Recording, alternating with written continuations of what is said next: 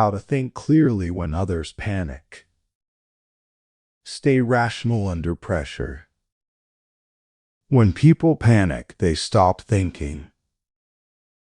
Not partially, not selectively, the specific cognitive architecture that produces clear analysis, considered decisions, and the assessment of the situation against the actual requirements of the situation. That architecture goes offline.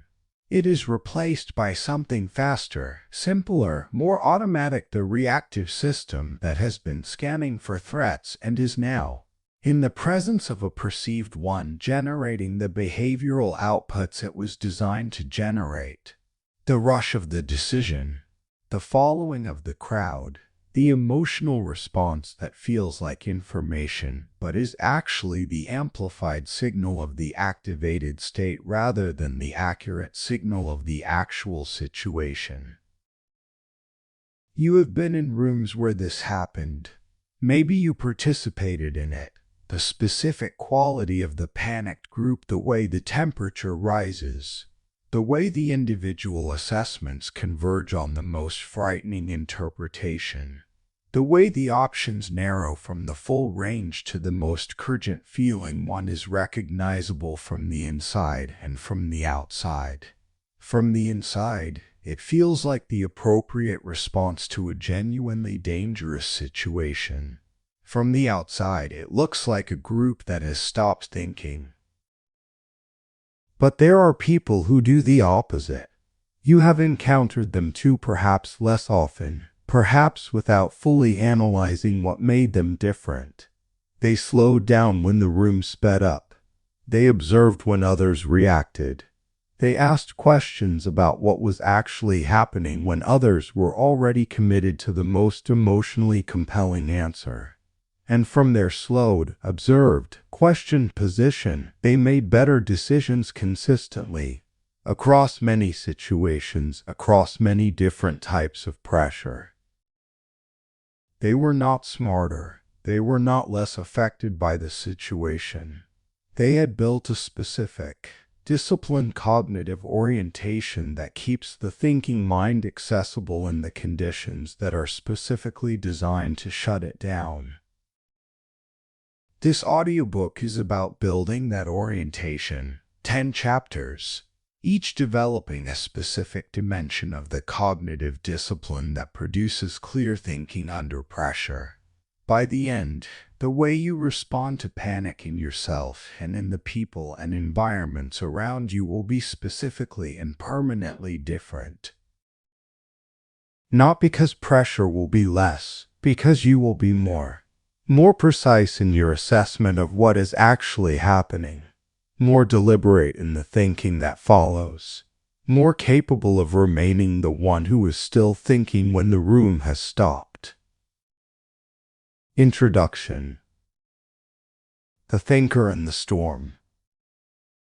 Clarity under pressure is not a gift, it is a posture. A posture is different from a personality trait. It is not determined by temperament, not distributed by biological lottery, not the exclusive province of the naturally cool and the naturally analytical. A posture is adopted deliberately, consistently, through the specific practices that build it into the natural orientation of the person who has developed it. The thinker in the storm is not born thinking clearly in storms. They have built the specific cognitive habits that keep the deliberate mind engaged when the storm is pressing toward the reactive mode. The 10 chapters that follow develop this posture in sequence, beginning with the understanding of what panic is and how it operates, because you cannot govern something you do not understand. Moving through the specific cognitive mechanisms that pressure disrupts and the specific practices that maintain them. Arriving at the identity-level integration that makes the clear thinking under pressure the natural expression of who you are rather than the effortful exception to the reactive default. The storm will continue to arrive. The posture determines whether you are standing in it or being swept by it. Chapter 1. The Psychology of Panic. Panic is not random, it is predictable. The predictability of panic is the first and most important thing to understand about it, because the predictable is observable, and the observable is manageable. The person who has understood how panic develops, how it spreads, and what it produces as behavioral output is not helpless in its presence. They have the specific knowledge that makes the management of their own response possible, and the recognition of what is happening in others that makes the navigation of the panicked group environment available. Panic follows a specific developmental sequence that, once mapped, is recognizable in its early stages, which is precisely when the intervention is most available and most effective. This sequence begins with the perception of threat, an event or situation that the threat detection system has assessed as potentially dangerous. The assessment does not require the threat to be objectively high. It requires only the perception of uncertainty about outcomes that matter. In conditions where the available information is insufficient to resolve the uncertainty, this is the threshold state, not panic yet, but the activated condition from which panic develops. From the threshold state, panic develops through the amplification of the threat perception and the corresponding reduction of the cognitive resources available for its accurate assessment. The emotional activation increases, the attentional field narrows toward the threat. The working memory capacity decreases as the cortisol floods the cognitive workspace. The deliberate, complex analytical processing that accurate threat assessment requires becomes progressively less available. How panic spreads in groups is the specific social mechanism that transforms the individual threshold state into the collective panic that produces the most damaging behavioral outcomes. The mechanism is the emotional contagion described in earlier audiobooks of this series, the automatic mirroring of emotional states between individuals that the social brain produces through the limbic resonance processes. But in the panic context, the contagion has a specific directional asymmetry. Panic signals spread faster and more powerfully than calm signals. The neurological threat detection system is calibrated to be sensitive to signals of threat in the environment, particularly the threat signals produced by other members of the social group, which historically indicated the most immediately relevant threats. The panicking person in your environment produces threat signals. The threat detection system registers them. The threshold state is reached sooner in their presence than it would be in their absence.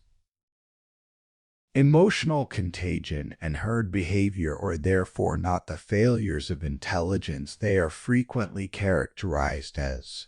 They are the correct operation of social systems that were shaped for environments in which the rapid coordination of group threat response was survival relevant. When a member of the ancestral group ran, the adaptive response was to run first and assess why later. The social calibration that produces the herd behavior was correct for the environments it was shaped for. It is costly in the modern environments where the precise, independent assessment of the actual situation is consistently more valuable than the rapid coordination of the group threat response. Why people follow fear instead of logic is the specific mechanism through which the social calibration of the panic response overrides the individual's deliberate assessment. The mechanism is the social proof heuristic, the cognitive shortcut that uses others' behavior as evidence about the correct response to an ambiguous situation. When the situation is genuinely ambiguous, when the available information is insufficient for the individual assessment to produce a confident conclusion, the behavior of others in the same situation is genuinely informative. It is a legitimate source of evidence about what the situation contains and what response it warrants. The problem is that the social proof heuristic is not limited to ambiguous situations. It operates across the full range of situations, including the ones where the individual's own assessment would be more accurate than the group's collective behavior, particularly in situations where the group is responding to the emotional amplitude of the perceived threat rather than to its accurate assessment. In these situations, the people who are following fear instead of logic are following the social proof of the other people who are following fear instead of logic, a cascade of mutually reinforcing heuristics that produces the collective behavioral output that looks, from outside it, like a group that has stopped thinking. The person who has understood this mechanism is equipped with a specific and practically powerful tool: the recognition of the heuristic in operation. In real time, in the moment when the social pressure of the panicking group is pressing toward the following fear response. This recognition, the identification of the social proof cascade for what it is rather than as the evidence of genuine threat that it presents itself as, is the cognitive intervention that makes the independent assessment possible. Not the arrogant dismissal of all social information, but the deliberate examination of whether the social information that the group is providing is driven by accurate assessment or by emotional contagion. The two produce the same social pressure. They do not produce the same information. Panic is not random, it is predictable.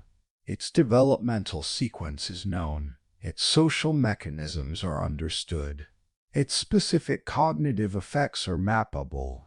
The person who has mapped them is not immune to the activation they produce. The threat detection system operates regardless of the understanding of its mechanism. What changes is the relationship to the activation, the recognition that the panic response is running, the identification of the contagion component, and the specific cognitive intervention that maintains the deliberate assessment alongside the emotional experience of the panic state. Understanding the psychology of panic is the foundation of the clear thinking under pressure that this audiobook builds. Every subsequent chapter develops a specific dimension of the response to the mechanisms described in this one. The building begins with Chapter 2's examination of what specifically happens to thinking when the panic mechanism has engaged. Chapter 2: Why Thinking Collapses Under Pressure. Stress does not make you weak, it makes you automatic. The collapse of deliberate thinking under pressure is not a failure of intelligence or character. It is the neurologically precise operation of a system that was designed to become automatic under the specific conditions that pressure produces. The specific mechanism was described in Chapter 3 of the Calm Under Pressure audiobook in this series, and is developed here specifically in the context of the panic-induced collapse of the rational thinking that clear decision-making requires.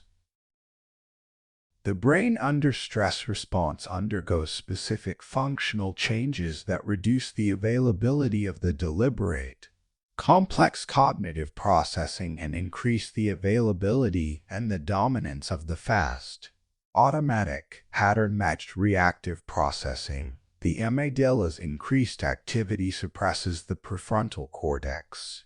The cortisol that floods the working memory reduces its capacity for the complex, multivariable reasoning that good decisions in complex situations require. The attentional field narrows from the broad, integrative scan that allows the full situational picture to the threat-focused tunnel that the fast response demands. Each of these changes is individually significant. Together, they produce the specific condition in which the person who is capable of clear, deliberate, Considered thinking is no longer capable of it, not because the capability has been removed, but because the neurological substrate that supports it has been temporarily redirected to the more immediately demanding requirements of the survival response. The survival mode versus thinking mode distinction is the practical framing of this neurological reality. Survival mode is the activated state in which the fast, reactive processing dominates pattern-matched threat assessment, binary fight or flight response generation, the compressed decision-making that prioritizes speed over accuracy. It is the mode in which the ancestral survival threats were most effectively managed.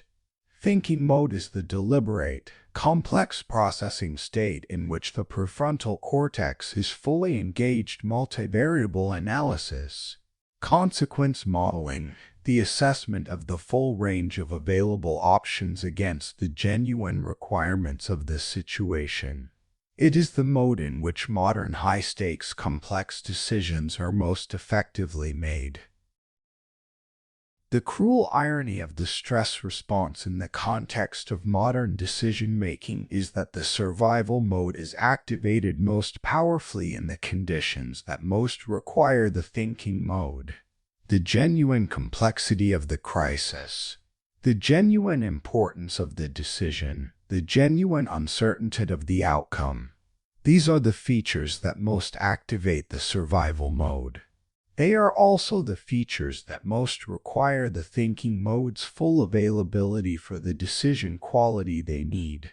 The activation and the requirement are directly opposed, and the activation wins unless the person has built the specific practices that maintain the thinking mode alongside the survival activation.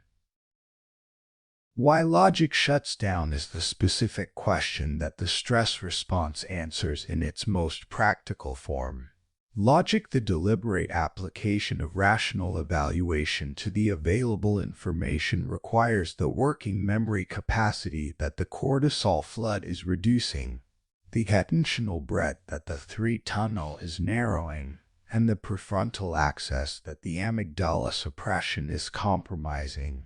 Remove these requirements and the logic shuts down, not because the person has abandoned it or forgotten how to use it, but because the neurological infrastructure that supports it is running a different program. The specific implication of this understanding is that the restoration of clear thinking under pressure begins at the physiological level rather than the cognitive one. The attempt to think clearly from inside the full survival activation, to use the deliberate analytical tools before the neurological substrate that supports them has been partially restored, is attempting to use a tool whose power source has been redirected. The physiological regulation practices that reduce the cortisol flooding, that restore some of the prefrontal axis, that expand the attentional field from the threat tunnel to the broader situational view. These are the prerequisites for the clear thinking, not the alternatives to it. The practical implication is the sequencing that every chapter in this audiobook develops in its specific domain: physiological regulation first, cognitive engagement second, the breath regulation before the decision, the deliberate physical slowing before the strategy, the pause before the assessment. In each case, the first element is the restoration of the neurological conditions that the second element requires. Without the first, the second is attempting to operate in the conditions that are specifically designed to prevent it. Stress does not make you weak, it makes you automatic. The automatic is fast and pattern-matched and calibrated to past threat responses rather than to the actual features of the current complex situation. The shift from the automatic to the deliberate, from survival mode to thinking mode, is the specific project of this audiobook. And it begins with the physiological regulation that restores the thinking mode's neurological substrate in the conditions where the survival mode is attempting to replace it. Chapter 3 develops the most foundational cognitive practice for this shift, the specific discipline of slowing down when every signal from the environment and the activated state is pressing toward speed. Chapter 3: The Power of Slowing Down. The most intelligent action in chaos is to slow down. The slowdown in chaotic conditions is counterintuitive to the degree that it feels like a violation of the situation's demands. Chaos produces urgency. Urgency drives speed. Speed, in the assessment of the activated state, is what the situation requires. The person who slows down in chaos is not responding to what the chaos is demanding. They are responding to what the situation actually requires, which is almost always the clear thinking that the urgent speed is preventing. Breaking urgency is the first specific practice of the slowdown discipline, and it is the most immediately impactful because urgency is the primary mechanism through which the chaotic environment maintains the survival mode and prevents the transition to the thinking mode. The urgency signals the felt sense that the decision must be made now. That delay has a cost that exceeds the benefit of improved decision quality as established in Chapter 2 of the Think Clearly audiobook, often manufactured rather than genuine. It is the product of the activation state rather than the accurate assessment of the decision timeline. The urgency examination practice was developed in full in that earlier audiobook and applies here in the specific context of the panicking group environment. The specific question, what is the actual cost of a 10-minute delay versus the decision quality improvement that 10 minutes of deliberate processing would provide, is most powerful in the group panic context. Because the manufactured urgency of the panicking group is typically the primary driver of the individual's urgency experience. When the examination reveals that the group's urgency is the product of collective activation rather than genuine temporal constraint, the urgency loses its claim on your decision timeline.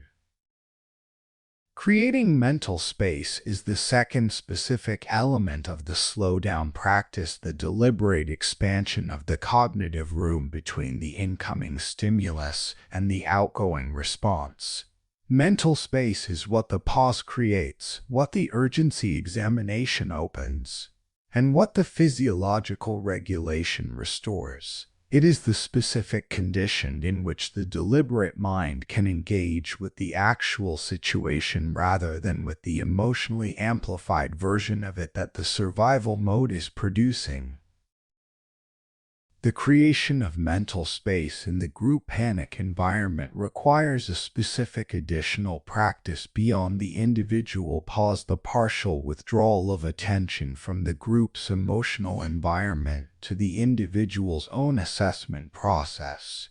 Not the abandonment of the social information that the group provides. The group's behavior is genuinely informative about the situation, just not in the way the social proof heuristic would use it.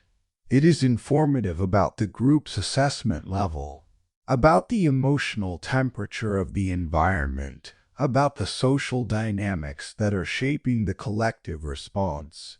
The deliberate observer uses this information as data while maintaining the independent assessment that the group pressure is pressing to replace. Observing before acting is the third specific element of the slowdown practice, and it is the one that produces the most specific informational advantage over the panicking participants. The observer who is not yet producing outputs, not yet committed to the most urgent feeling action, not yet invested in the most emotionally compelling assessment, is gathering information from the full range of signals that the situation is producing. The behavioral patterns across the group members. The inconsistencies between what is being said and what the observable evidence suggests. The elements of the situation that the group's urgency, drive, and attention has not reached.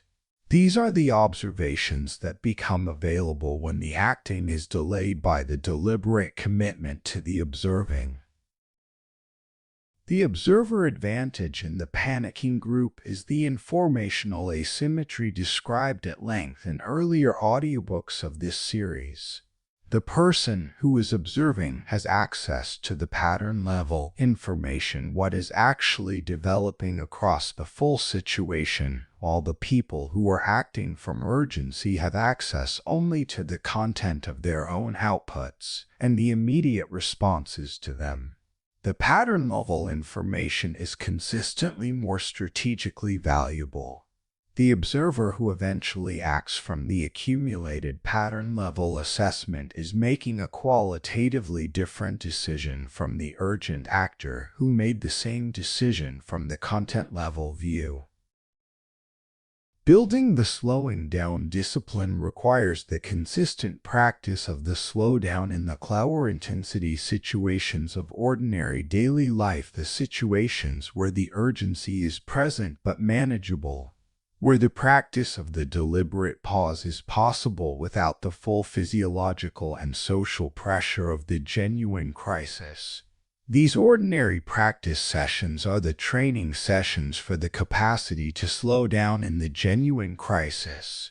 The person who has practiced the slowdown many times in the ordinary situations has the habit available when the extraordinary situation arrives. The person who has understood the concept but not built the habit does not. The most intelligent action in chaos is to slow down, not because the slowdown produces better results by magic, because the slowdown is the specific, deliberate intervention that restores the cognitive conditions in which the better thinking that produces better results becomes possible. The intelligence is not in the slowing down itself. The intelligence is in what the slowing down makes available. Chapter 4 develops what the slowed down, deliberately observing mind does with the information it has gathered, the specific practice of separating what is actually happening from what the emotional state is perceiving as happening. Chapter 4. Separating emotion from reality. What you feel is not always the truth. The feeling and the truth are different things. This is among the most consistently resisted insights available in ordinary psychological life. Because the feeling is the most immediately vivid form of information available, it has the quality of direct contact with reality, of perception rather than interpretation, of knowing rather than believing. The feeling of certainty and the fact of certainty are subjectively indistinguishable. Both arrive with the same quality of direct access. Only one of them is reliable. This chapter was developed at length in Chapter 1 of the Emotional Control audiobook in this series. With a focus on emotional decision-making, here it is applied specifically to the assessment of the actual situation and the panic context, to the specific practices that maintain the accuracy of the situational picture when the emotional state is producing the distorted version of it that the panic amplifies. Emotional distortion of reality in the panic context has specific and recognizable features. The threat amplification, the panic state reliably exaggerates the magnitude of the perceived threat, making the worst-case outcome appear more probable than the accurate assessment would indicate. The option suppression, the activated state narrows the perceived option set, making the most urgency consistent options appear to be the only available ones, suppressing the alternatives that a calm, broader assessment would include.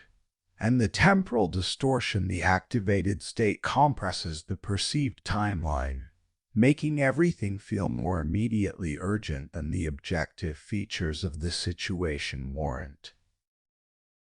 The fact versus perception distinction is the specific cognitive practice that corrects for the emotional distortion.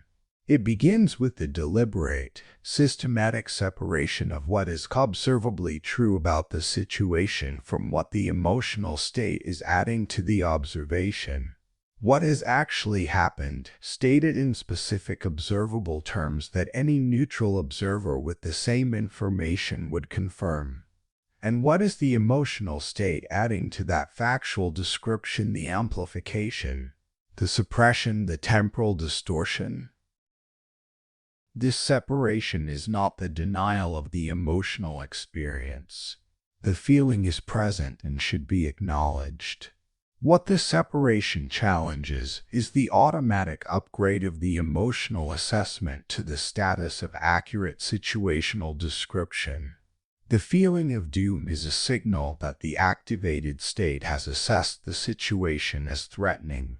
It is not, by itself, evidence that the doom assessment is accurate. The factual description stripped of the amplification may show a situation that is genuinely difficult but significantly less catastrophic than the feeling is representing. Objective thinking is the deliberate practice of assessing the situation from the standpoint of the evidence that any neutral observer would assess rather than from the evidence as the emotional state has selectively amplified and suppressed it.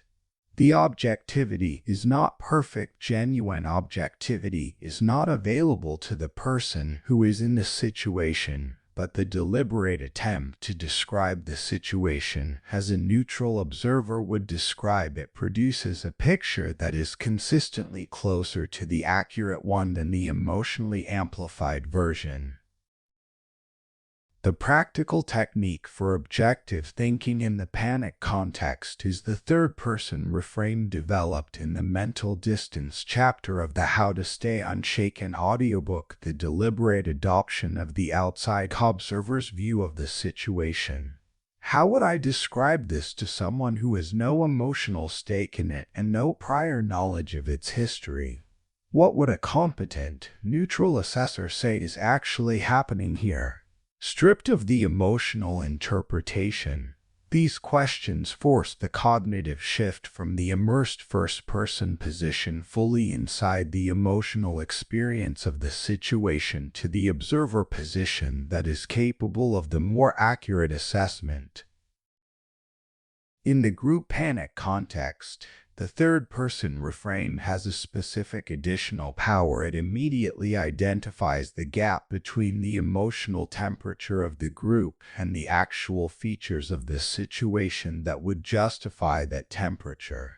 The neutral observer would typically assess the situation as significantly less catastrophic than the panicking group's behavior is treating it. That assessment gap, the difference between the group's emotional temperature and what the actual situation warrants, is the specific marker of the emotional distortion that the panic has produced. What you feel is not always the truth. The feeling is real. The truth is the accurate description of what is actually happening, which the emotional state is reliably distorting in the direction of the activated assessment rather than the accurate one.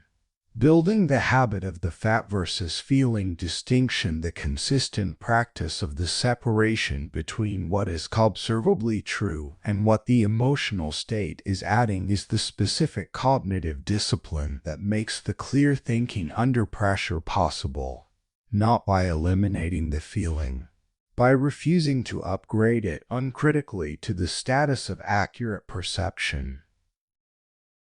With the factual picture available stripped of the amplification and the suppression that the panic state produces, the decision-making process can engage with the actual situation rather than with the distorted version. Chapter 5 develops the specific structure of that process. Chapter 5. Calm decision-making. The best decisions are made from a state of calm. The quality of a decision is a function of two elements: the quality of the information it is made from and the quality of the cognitive process it is made through. Both elements are degraded by the panic state. The information quality is reduced by the emotional distortion described in Chapter 4, the amplified threats. The suppressed options, the compressed timeline. The process quality is reduced by the neurological changes described in Chapter 2, the reduced working memory capacity, the narrowed attentional field, the compromised prefrontal axis. Calm decision-making addresses both degradations simultaneously: the physiological regulation that the calm state requires and that the preceding chapters have been building toward restores the process quality by restoring the neurological conditions that the complex decision-making process needs. The fat versus feeling discipline restores the information quality by separating the accurate situational description from the emotionally amplified version. Together, they produce the specific decision-making condition that genuinely high-quality decisions in complex, high-stakes situations require. Structured thinking is the specific decision-making practice that makes the calm state's cognitive availability most fully used. Without structure, even the calm cognitive state can produce ineffective decisions. The deliberate mind without direction is not automatically more effective than the reactive mind. It is simply less frantic. Structure is what directs the deliberate mind toward the features of the decision that most determine its quality. The specific structure that serves most complex, high-stakes decisions in the pressure context has four elements that are sequential rather than simultaneous. The first element is the accurate problem definition. What specifically is the decision that needs to be made? And what would constitute a resolution? This sounds obvious, but is frequently where the panic-driven decision process goes wrong. The problem as defined in the panic state is often the most emotionally urgent formulation of the problem rather than the most accurate one, which leads to the development of solutions to the wrong problem. The second element is the genuine information inventory. What do we actually know? What do we not know? And what can be established quickly enough to be relevant to the immediate decision? The panic state typically proceeds to decision with insufficient attention to the known versus unknown distinction. Treating the unknown as filled in by the most threatening available assumption. The deliberate information inventory makes the unknowns explicit, which typically reveals that the situation is more uncertain and therefore less catastrophic than the panic state's assumption-filled version was suggesting. The third element is the full option assessment. What are all the available responses to the accurately defined problem, including the options that the urgency of the panic state has suppressed?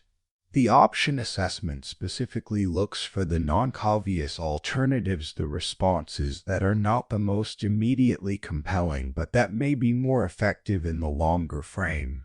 These are the options that the observer practice of Chapter 3 makes visible and that the structured thinking process can evaluate before the commitment to the urgency-consistent option forecloses them. The fourth element is the explicit evaluation against genuine criteria. What does a good outcome in this situation actually look like? And which of the available options most effectively produces it across the realistic range of how the situation might develop?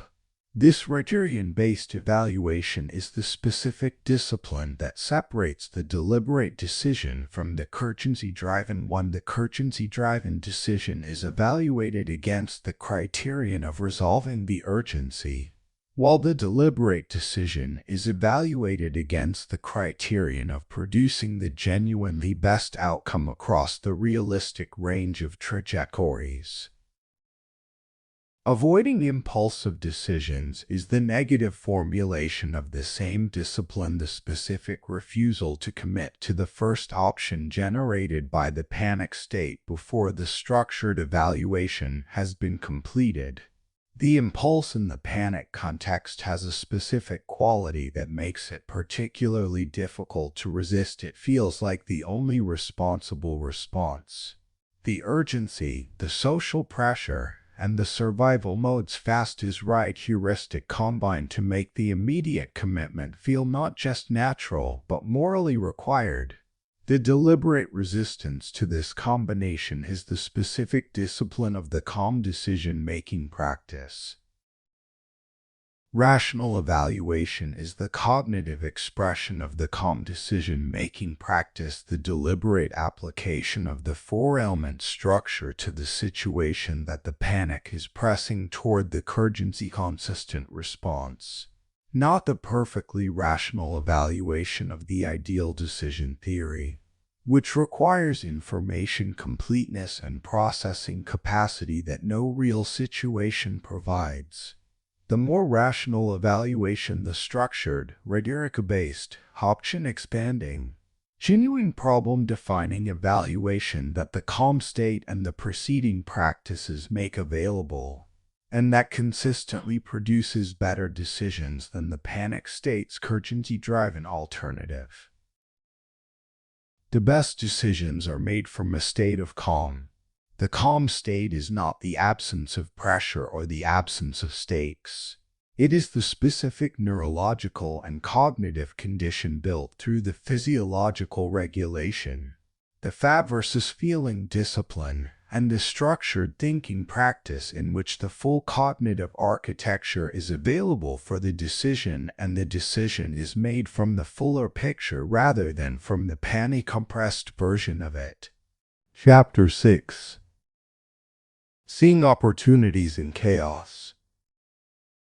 Where others see problems, you can see opportunities. The opportunity perception in chaotic conditions is not optimism. It is the specific product of the broader attentional field that the calm state maintains when the panic state is narrowing others' vision to the threat. The broader field sees what the three-tunnel misses, the repositioning that the disruption makes possible, the information that the crisis has revealed about the situation that was not visible before, the specific advantages available to the person who is not consumed by the management of the panic response. The perceptual basis of the opportunity advantage is the direct consequence of the preceding chapter's calm decision-making practice. The person who has slowed down, separated fact from feeling, and engaged the structured thinking process is working with the full situational picture. The full situational picture contains elements that the panic-compressed view does not contain. These elements are the raw material of the opportunity perception. They are the features of the situation that are only visible from the broader attentional field that the calm state provides. Reframing situations is the specific cognitive practice that translates the broader attentional field into the opportunity perception. The reframe is not the forced positive interpretation of a genuinely negative situation that would be the toxic optimism that this audiobook series consistently rejects. The reframe is the deliberate expansion of the frame, the examination of this situation from multiple perspectives rather than only from the single, treat-faust perspective that the panic state imposes. The most useful reframing questions in the chaos context are the ones that shift the temporal and positional frame of the assessment. From the immediate "what does this look like in 3 months" rather than 3 days. From the positional "what does this look like" from the perspective of the person or entity who is best positioned by this development. From the structural "what has this disruption changed in the underlying conditions that were previously constraining this situation?" Each of these reframes opens the situational picture in a specific direction, revealing elements that the immediate, to read Faust, status quo-based view was obscuring. The opportunity mindset that makes the reframing practice sustainable is not the belief that every crisis contains a hidden gift. It is the belief that the accurate full picture of any complex situation contains both the threats and the opportunities that the situation has created, and that the person with the broader attentional field has access to both, while the panicking person has access only to the threats. The opportunity mindset is simply the commitment to look for the full picture rather than settling for the panic-compressed version. Strategic advantage is the specific practical output of the opportunity perception in chaotic environments. The strategic advantage of the calm, clear-thinking person in a panicking environment is not primarily an advantage of resources or formal power. It is an informational and additional advantage, the access to the full situational picture that the broader attentional field provides, and the decision-making quality that the calm cognitive state makes available. These advantages are real, consistent, and increase in proportion to the intensity of the surrounding panic. The specific strategic advantages available in the chaos context include the first mover advantage on non-obvious responses, the actions that the panicking majority has not considered because the urgency compressed option set did not include them. The relationship advantage with others who are also maintaining their composure, the specific quality of the exchange between two calm thinkers in a panicking environment that produces the accelerated, high-quality shared assessment that neither could produce alone from inside the panic, and the positioning advantage that chaos consistently provides to the people who are not consumed by the immediate management of the disruption, the repositioning of relationships, resources, and opportunities that disruptions make possible for the people who are still thinking clearly enough to see and act on it. Where others see problems, you can see opportunities. The seeing is not automatic. It is the specific perceptual capacity that the broader attentional field of the calm state produces, directed by the reframing practice toward the dimensions of the situation that the Faust view is missing. Building this capacity requires the consistent practice of the reframing questions in the ordinary difficult situations of daily life, the consistent habit of looking for the full picture rather than only the most threatening subset of it. Chapter 7 develops the specific dimension of clear thinking under pressure that the opportunity perception depends on most directly, the capacity for independent thinking against the pressure of the group's panic-driven consensus. Chapter 7 Independent Thinking. The crowd is wrong more often than it is right. The claim in the hook requires the specific precision that makes it useful rather than cynical. The crowd is not wrong more often than right about everything in many domains.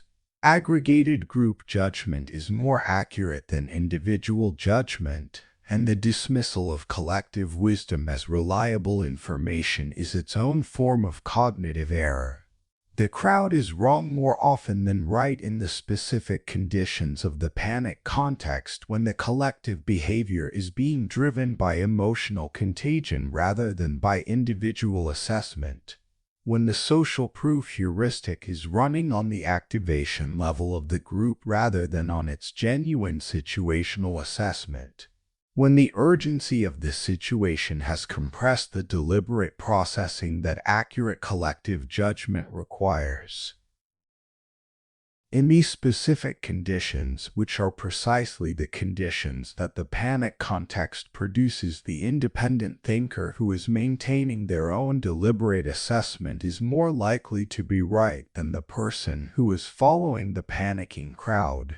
Not because the independent thinker has better information or superior intelligence, because the independent thinker is using the same information through a less distorted cognitive process. Thinking against the crowd in the panic context is not contrarianism, the reflexive adoption of the opposite of the prevailing view, which is just the social proof heuristic running in reverse. It is the specific discipline of maintaining the independent assessment against the social pressure of the panic-driven consensus. The independent assessment may reach the same conclusion as the crowd.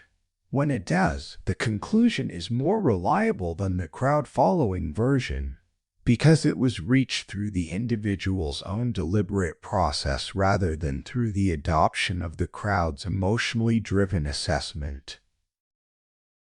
The social pressure that the panicking group exerts on the individual who is not panicking is real, consistent, and specifically calibrated to produce compliance with the group norm. The person who is calm when the room is panicking is visibly departing from the group's behavioral standard, which activates the social pressure toward conformity. The departure is registered as potentially inappropriate. Perhaps the calm person has not understood the seriousness of the situation, or perhaps they are failing to respond with the appropriate concern. This social pressure is the specific mechanism through which independent thinking in the panic context is most consistently undermined, and it requires the specific resistance that the self-governance practices of this audiobook build. Avoiding group pressure requires the specific practice of monitoring the source of your own assessment. Is this my evaluation of the actual situation? Or is this the adoption of the group's evaluation under the social pressure of the group's emotional consensus? The monitoring question is simple, but its consistent application in the high activation conditions of the panic context is genuinely demanding. The social pressure is strong and the personal independence it requires to resist it is specific. Building mental independence is the long-term development project of which the specific panic context practice is one dimension. Mental independence is the general capacity to evaluate situations through your own deliberate cognitive process rather than primarily through the adoption of the prevailing social assessment. This capacity is built through the consistent practice of the independent assessment in the ordinary situations of daily life, the deliberate examination of the reasons behind accepted opinions before accepting them, the consistent questioning of whether the assessment you are holding is the product of your own deliberate evaluation or the social inheritance of the group's position. The independent thinking practice in the ordinary situations is the training for the panic context. Because the panic context is the extreme case of the same challenge that the ordinary situations present in milder form, the social pressure to adopt the group's assessment rather than to maintain the independent one. The person who has practiced the independent assessment consistently in the mild pressure ordinary situations has the habit available in the high pressure panic context. The person who is not is relying on the in-the-moment generation of the independent assessment from inside the full social pressure of the panicking group, which is the hardest possible version of the task. The crowd is wrong more often than right in the conditions that the panic context produces. The independent thinker who has built the habit of the deliberate assessment is the person who is most likely to see the situation accurately in those conditions and to make the decision that the accurate assessment supports. That accuracy, demonstrated consistently across many panic situations, is the specific evidence base from which the respect and the authority that clear thinking under pressure earns are built. Chapter 8 develops the specific discipline through which the mental independence and all the preceding practices are maintained across the sustained duration of pressure, the mental discipline under stress. Chapter 8. Mental discipline under stress. Calmness is not natural, it is trained. The training dimension of calmness was established in Chapter 8 of the Calm Under Pressure audiobook and is developed here in the specific context of the clear thinking that sustained stress most consistently undermines. The key insight bears repeating because it is so frequently resisted. The composed, clear-thinking person in the sustained stress environment is not naturally composed and clear-thinking. They have built the specific capacity through specific practices, applied consistently across many instances of stress at many levels of intensity, until the capacity has become the natural expression of a developed architecture rather than the effortful exception to a reactive default. Emotional control in the context of sustained stress is the specific capacity to receive the emotional activations that the sustained stress produces: the anxiety, the frustration, the fatigue, amplified sensitivity to every additional demand without those activations governing the quality of the cognitive engagement with the situation. The sustained stress environment continuously degrades the regulatory resource that emotional control requires, which is why the sustained stress context is the most demanding test of the developed emotional control capacity. The control that holds in the first hour of the crisis must also hold in the 5th and the 10th, when the resource is depleted and the reactive default is pressing with maximum force. The recovery cycle is the specific practice that makes the sustained control possible. As developed in the Mental Strength Audiobook's chapter on endurance, the sustainable cognitive performance across an extended difficult period requires the systematic alternation of genuine engagement and genuine recovery. The genuine recovery in the stress context is the deliberate, specific disengagement from the demands of the stress-producing situation, the activities that genuinely restore the depleted regulatory resource rather than the activities that feel like recovery but maintain the cognitive and emotional engagement. In the sustained stress context, the genuine recovery is the single practice most commonly sacrificed in the name of the urgency that the stress is generating. The person who is managing a crisis feels that they cannot stop, that every moment of recovery is a moment in which the situation is proceeding without their control, which the urgency of the activation makes feel intolerable.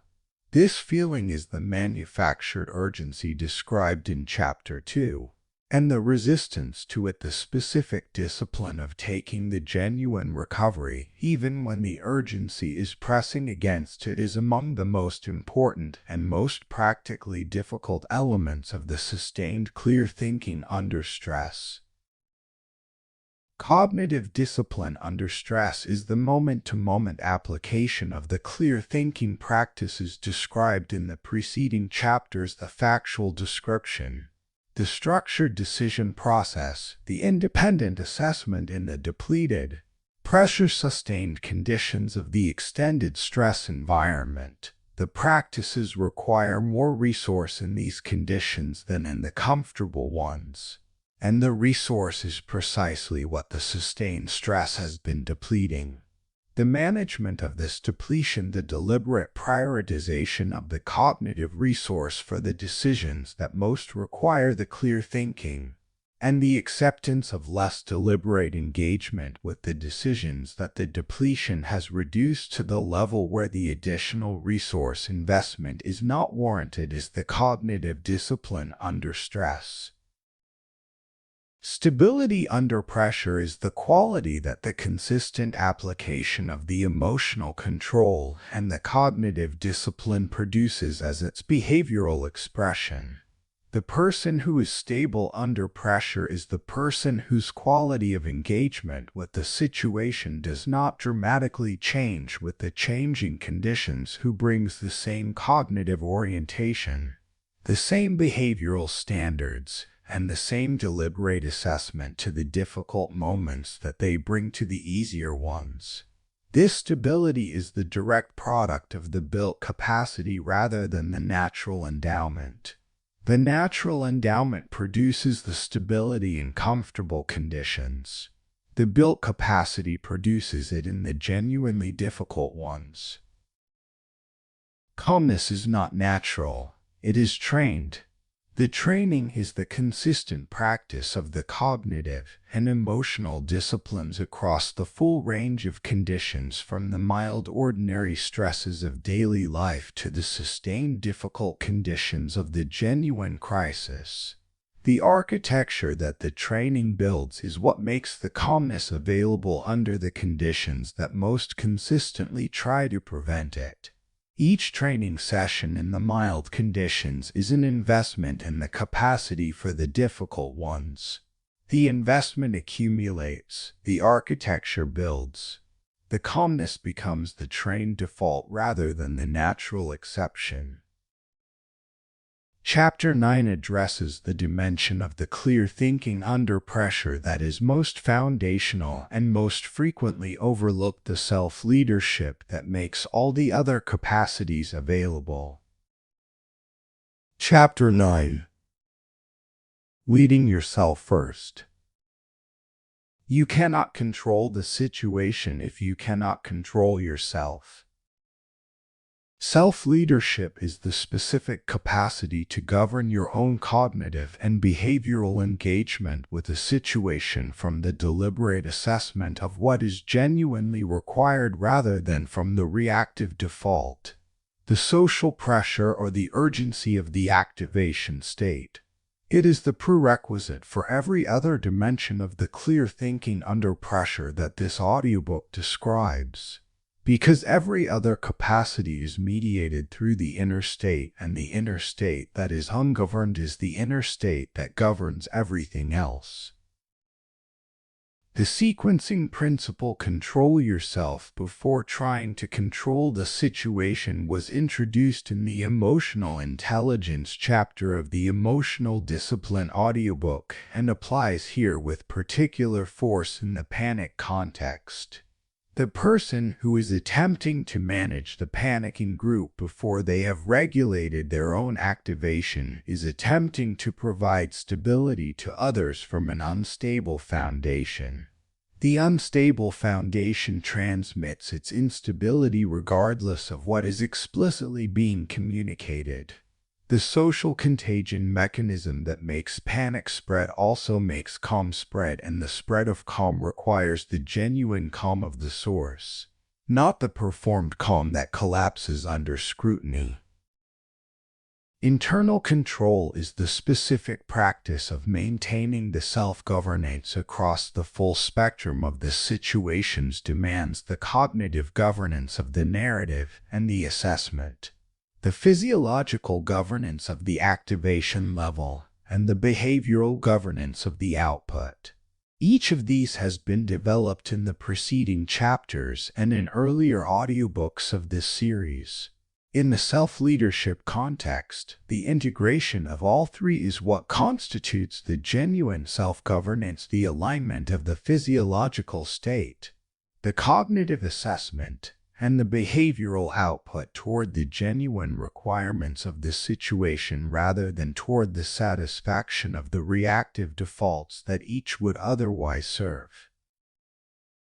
The specific self-leadership practice in the panic context has a specific starting sequence that is worth making explicit: physiological regulation first, inner narrative second, outward engagement third. The physiological regulation restores the neurological conditions that the clear thinking requires.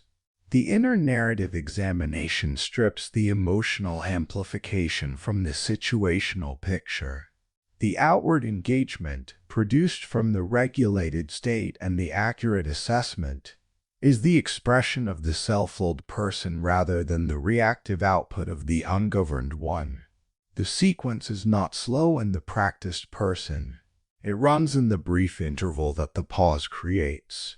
But the sequence is precise, and the precision is what produces the consistent quality of the outward engagement across the variable conditions of the panic environment.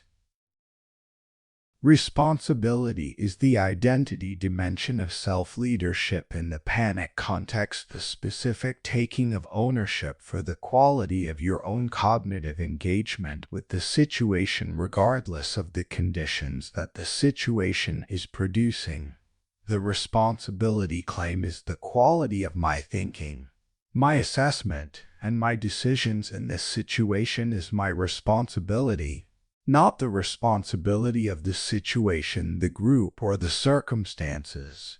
This responsibility claim is simultaneously demanding and empowering. Demanding because it removes the external attribution that most people use to explain poor performance under pressure, and empowering because it places the governance of the performance precisely where the only genuine governance can be, with the person whose performance it is. The self-willed person in the panicking group is the person who is most fully exercising the responsibility for the quality of their own engagement, not in the arrogant sense of claiming superiority over the panicking others. The panic response is the natural default of the ungoverned system, and the others are not failing at something they have been trained to do.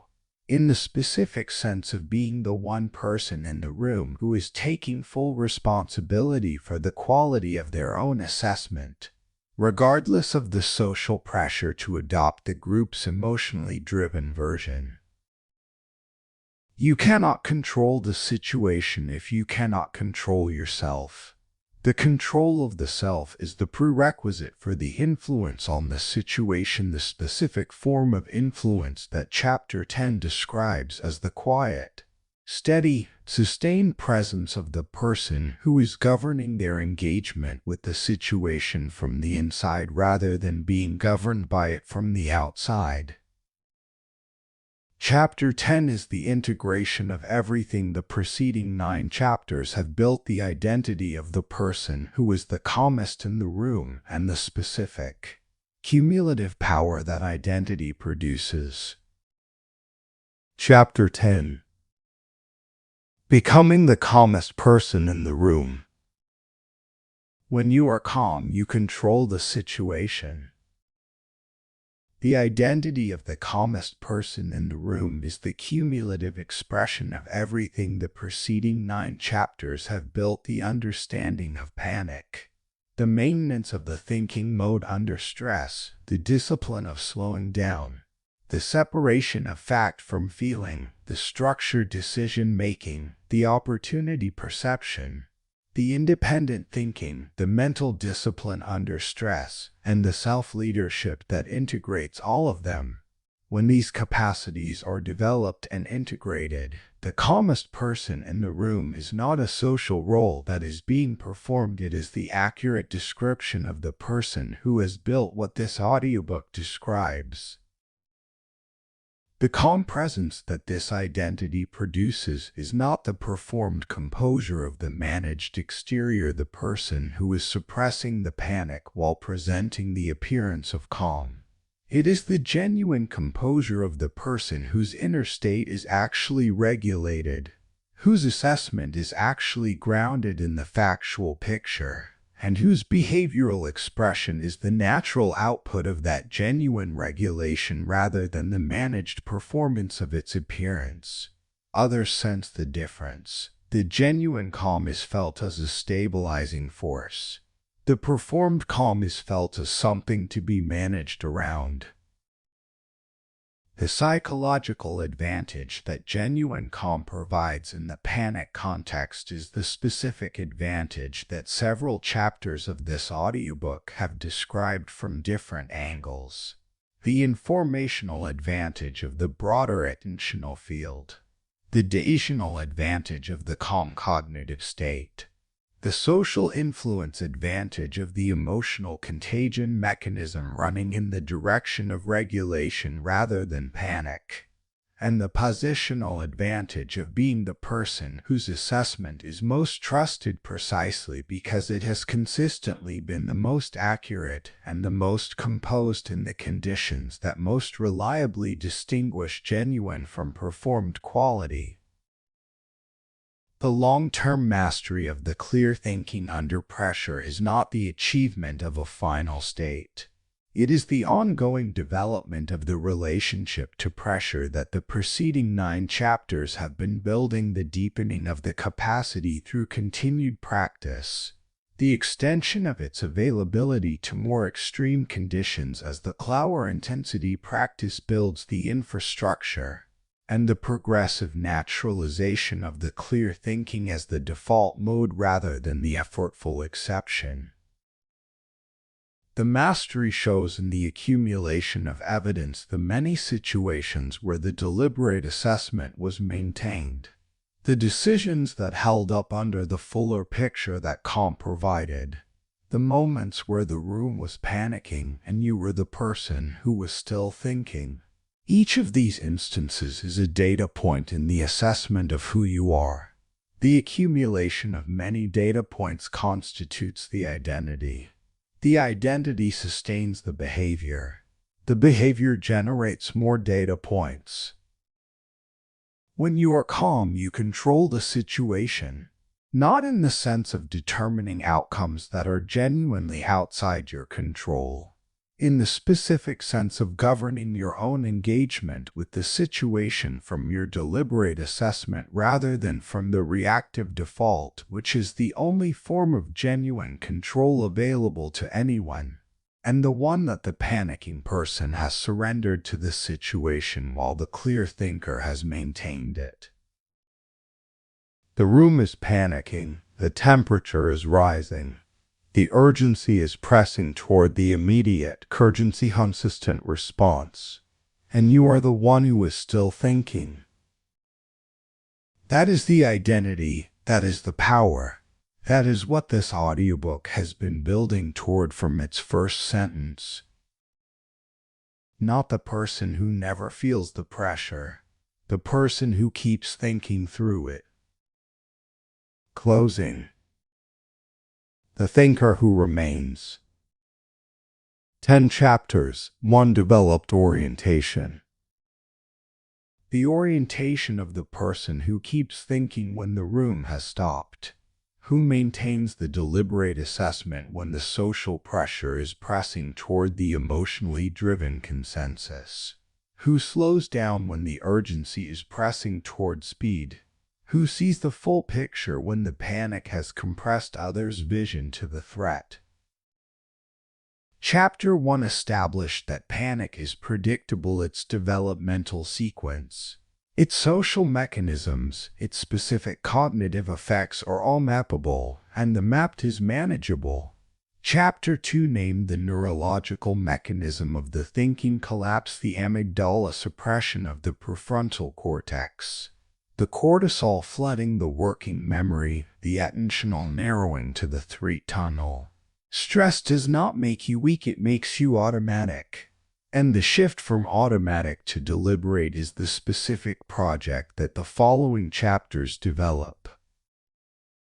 Chapter 3 built the foundational practice, the discipline of slowing down, breaking the manufactured urgency, creating the mental space that the observer position requires, the observation before the action that produces the informational asymmetry, Chapter 4 developed the fact versus feeling separation, the deliberate stripping of the emotional amplification from the factual description of what is actually happening. The third-person reframe that corrects for the immersed position's systematic distortions. Chapter 5 structured the decision-making process in the calm state, the four-element sequence of accurate problem definition, genuine information inventory, full option assessment, and rhetoric-based evaluation. The specific resistance to the impulsive commitment before the process has been completed. Chapter 6 opened the situational picture to the opportunity dimension that the three-tunnel misses, the reframing questions, the broader attentional field's access to the full picture, the strategic advantages available to the calm person that the panicking person cannot see. Chapter 7 developed the independent thinking discipline, the maintenance of the individual deliberate assessment against the social pressure of the panic-driven consensus, the monitoring of the source of your own assessment, the long-term building of mental independence through the consistent practice of the deliberate evaluation in the ordinary situations of daily life. Chapter 8 addressed the sustained dimension, the mental discipline under the extended stress that depletes the regulatory resource most consistently. The recovery cycle as the specific practice that makes the sustained clear thinking possible. Chapter 9 established the prerequisite self-leadership, the control of the self as the foundation for the influence on the situation. Physiological regulation first, inner narrative second, outward engagement third. And Chapter 10 named the destination, the identity of the calmest person in the room, and the specific, cumulative power that identity produces. The genuine composure felt as the stabilizing force, the broader attentional field's informational advantage, the trusted assessment that the consistent accuracy of the calm thinker builds, the ongoing mastery that deepens without final completion. The panic will arrive. It has always arrived. What changes is the person it finds. The room is panicking. You feel the pressure. You slow down. You observe. You separate the feeling from the fact. You think. While everyone else has stopped, you are still thinking.